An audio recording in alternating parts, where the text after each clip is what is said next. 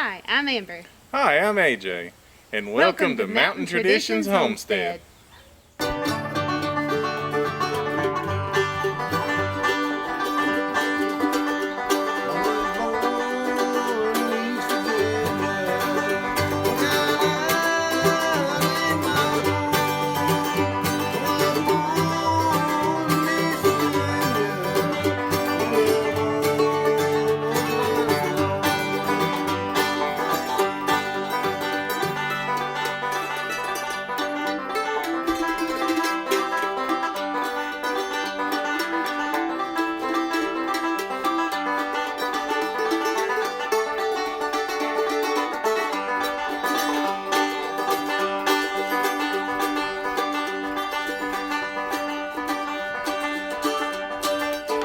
Hey everybody, it's AJ and Amber from Mountain Traditions Homestead. Today we're doing another top 5 video.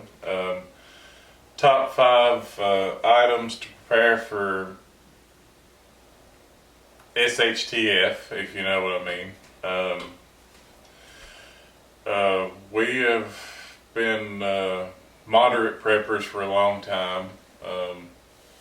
And I'm not talking about, we're not afraid of the Walking Dead zombie apocalypse or bull like that, but if Corona taught anybody anything, it's preppers are not crazy. I mean, look how many people went without toilet paper for a while. I mean, people go crazy in times of desperation. And it's nice to have stuff on hand for any type of emergency. So we thought we'd do a top 5 video on that today. I'll let Amber start. Our number one, and this isn't in any particular order of most importance or anything, but number one on our list is seeds. I've got a box here full of seeds. And actually, with all the coronavirus and everything, this year there was a big seed shortage. For one thing, a lot of more people were growing gardens, so a lot more people wanted the seeds. And in addition to that, people weren't working to produce the seeds, so there was a shortage to begin with. So for several different reasons, there was a seed shortage. We had purchased all of our seeds for our 2020 garden season at the end of last year and in January this year, thankfully, so we didn't have to go without. That being said, I have purchased several seeds since Corona started. I've been making orders from Baker Creek. That's our favorite seed company. Just every few weeks I'll make an order. They have free shipping, so it doesn't matter if you buy one packet, it doesn't matter if you buy 20, it's the same amount to ship it to you, which is free. So we've been doing that and stocking up on our seeds.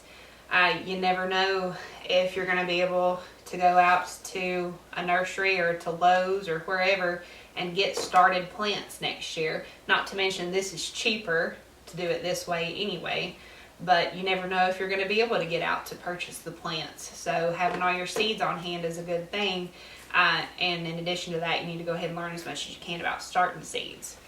So that's number one on our list. We've already got everything that we think we want for next year, plus some. So I think we're good to go on that, and you guys should go on and start making some orders now to prepare yourself for next year. And we also have been saving seeds from our crops this year, so we're more than prepared for any seed shortages next year. Number 2 on the list is non-perishable food items. Of course, canned goods, and I don't mean home canned goods. I mean, of course, we have that, but I'm talking about, something as easy as Vienna sausages or something of that nature. Again, all this Corona stuff this year, there was all kinds of shortages of everything, and luckily, we keep our little stockpile. But, if you go and buy 2 cans a week of something, just, steadily increase, but also make sure that you watch your expiration dates. Of course, canned goods, can be good for a while after, but you don't want to, get something and forget about it and, you know what, hits the fan and you're hungry and you open the can and it's been expired 5 years and it's not worth nothing. So our advice on that would be to be sure to check your expiration dates. If you buy some new stuff, put it in the back and move the older stuff forward so you can use it, you know, quicker. What I've been doing is stuff that we use a lot of that can be easily heated up with not much more than heat and water. Grits, like you said, canned items, Chef Boyardee, anything like that. Instant potatoes, things like that you don't need anything with it except water. Stock up on those things. And what I've been doing is buying one for our regular pantry here in the kitchen, and then I'll buy one put in the stockpile. And what I plan to do is go ahead and beef up our stockpile, but as we use it, go ahead and pull it from stockpile, use it, put a new one in the back. That way you're using it and rotating it out, and you don't have a bunch of food left in there from 2 years ago that you have to throw out because it's went bad if you hadn't had to use it, which would be a good thing. And you know, you can, I don't know if anybody's ever heard of hardtack, but you can make hardtack and it lasts, I mean, decades. It's not exactly wonderful, but it provides some nutrition. I mean, there's several different ways you can stockpile food, non-perishable food. Like I said, you can make stuff. Heck, you can make your own crackers if you need to with just water and flour. But maybe that'll be another video.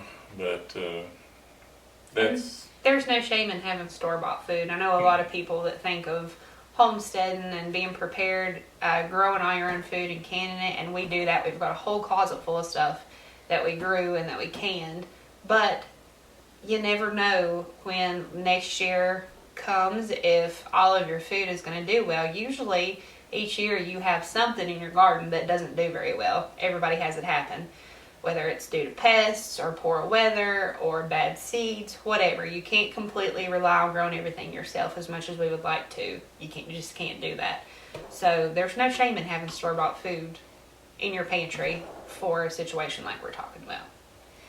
And we've always, you know, I think we've mentioned in previous videos, we have 5-gallon buckets full of flour, cornmeal, sugar, and we replenish those regularly.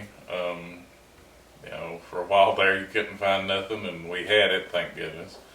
So, just, you know, anything non-perishable you can stock up on. Like I said, you can go to, you know, The Dollar Tree is actually a good place. And, you know, stock up that way.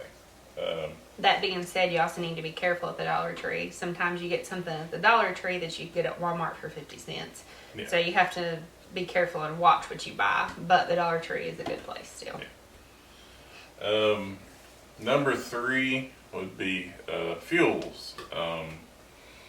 And we're not talking about just like gasoline for vehicles, tractors, you know, diesel, kerosene, stuff like that. When we say fuel, we're also talking about fuel for the wood stove, you know, good seasoned wood to keep us warm, and if need be, no electricity, we can cook on a wood stove or outside over an open fire if we need to. As you've seen in the background of several of our videos, we have all cast iron pots and pans and skillets and such, all of which, you know, if you know anything about cast iron, you can literally cook in the embers of the fire if you need to with those. But you know, fuel could also be batteries. You know, you never know what you know, emergency radios you need batteries for. Flashlights. You know, and you can. I mean, I know some of the name brands last quite a bit longer than the cheaper ones, but they're also quite a much more expensive than the cheaper ones, and you can get a lot more of the cheaper ones, obviously. We just, was it Harbor Freight? Mm-hmm. We found a bunch of batteries at a reasonable price there. Another type of fuel that is beneficial to have, and we have some, well, is lamp oil. Well, anybody knows anything about lamp oil, it's basically a kerosene, but lamp oil can be used in your old-fashioned lanterns, which we have several of. Lamp oil can be used in your, the kind of lamps that your grandparents, great-grandparents, etc. used to have, the old tabletop variety. Which can be really dangerous, so you need to be careful. All of those types of lamps are very dangerous if you drop them, so please be careful if you do use them. And we have some of these are Aladdin, I don't remember exactly what they're called, but they actually have lamp shades on them. They're very bright. They'll light up a whole room. Yeah. It looks like you have an actual lamp turned on. And worst comes to worst, you could actually, pour a little in an old soup can and with a wick, or cotton twine or something like that. I mean, just be careful, but you can still provide some source of light that way. Just like with candles, candles are a good thing to keep around. They make some that burn for 24 hours, some longer. And I might cover it in another video, but a tub of Crisco, if you stick a wick down in there, it can burn for several days and provide light. So, light's important. Especially in the wintertime when it gets dark so early. Another type of fuel that we keep that some of you may have heard of, may have seen, it's gelled methanol, also known as chafing fluid, or fuel. If you ever been to a party or something and there was caterers and they had these raised up trays and this is what they put under it to keep it warm, they'll burn for a very long time. And they're very cheap. They're I caught some on sale, I think, for 75 cents a can one time. And you can get it at the Dollar Tree. Yeah, and they're at the Dollar Tree. This particular brand was the one I found for 75 cents somewhere. But they're $1 a piece, and they're good to have. You could heat a meal with them if you needed to, or light, or anything. Push come to shove, if that was the only heat that you could get, if you were in a room, close the door, it would provide a little bit of heat. And believe it or not, I don't know if anybody knows, but it's good to keep candles in your vehicle, because if you break down in the middle of a blizzard or something, one candle will keep the car warm enough for you not to freeze to death. But, it's a good idea to keep things like that around. Like I mentioned before, gasoline and kerosene and diesel, if you have vehicles, there's stuff that use that, or stoves. Another thing would be propane.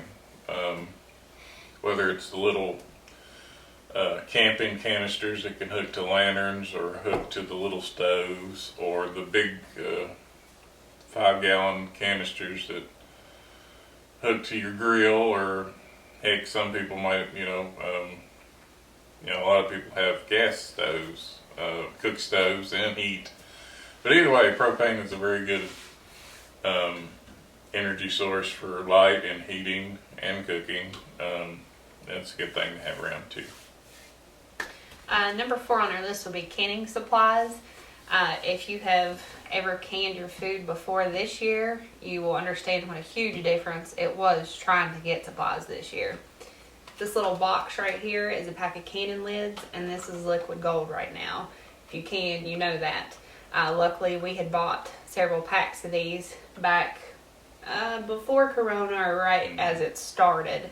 There was a lot of people that got the bug to can, which is awesome, right after Corona started.